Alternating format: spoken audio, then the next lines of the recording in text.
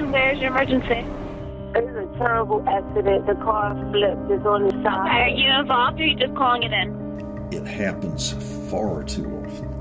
And it cannot happen without an impaired driver behind the wheel.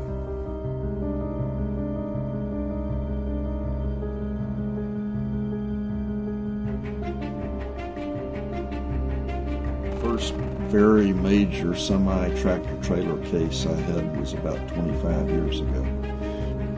A family from Connecticut, in their mid-30s, 3 children, 8, 6, and 3. They rented a car at the airport. They were going up the turnpike.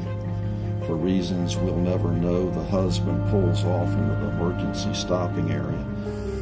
No view obstruction whatsoever. A North American tractor trailer comes along going about 70 miles an hour and runs over the parked vehicle.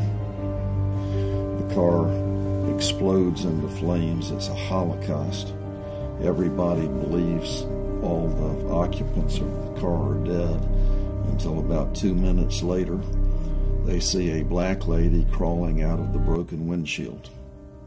Only she wasn't black. She was burned so badly everybody thought she was black, which was the mother. Every time she sort of comes out of her stupor and gets with it, sees the car, she tries to run to it yelling, "My life is in that car." And the people have to restrain. We've got federal safety regulations that have been written in the blood of motorists for decades that's supposed to keep this from happening.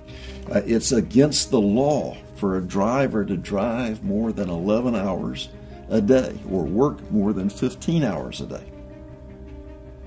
But I'll get these cases and a driver's worked 35 out of the last 37 hours.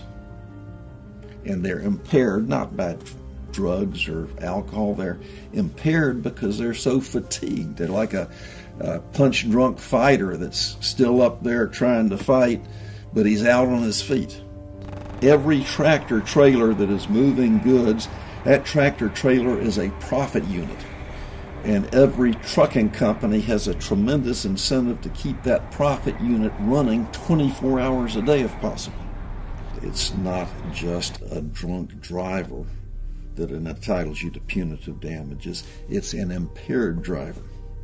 And if the lawyer can show that that driver is impaired, he doesn't have to show why he's impaired. There should not be an impaired driver behind the wheel.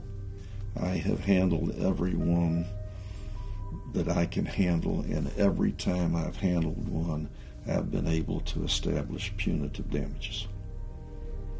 If we can keep doing that, and if we can get other lawyers to understand the importance of getting the punitive damages, then maybe we can eventually make it expensive enough to these trucking companies that they can say we can't make enough profit off of these practices to overcome the impact of those punitive damages.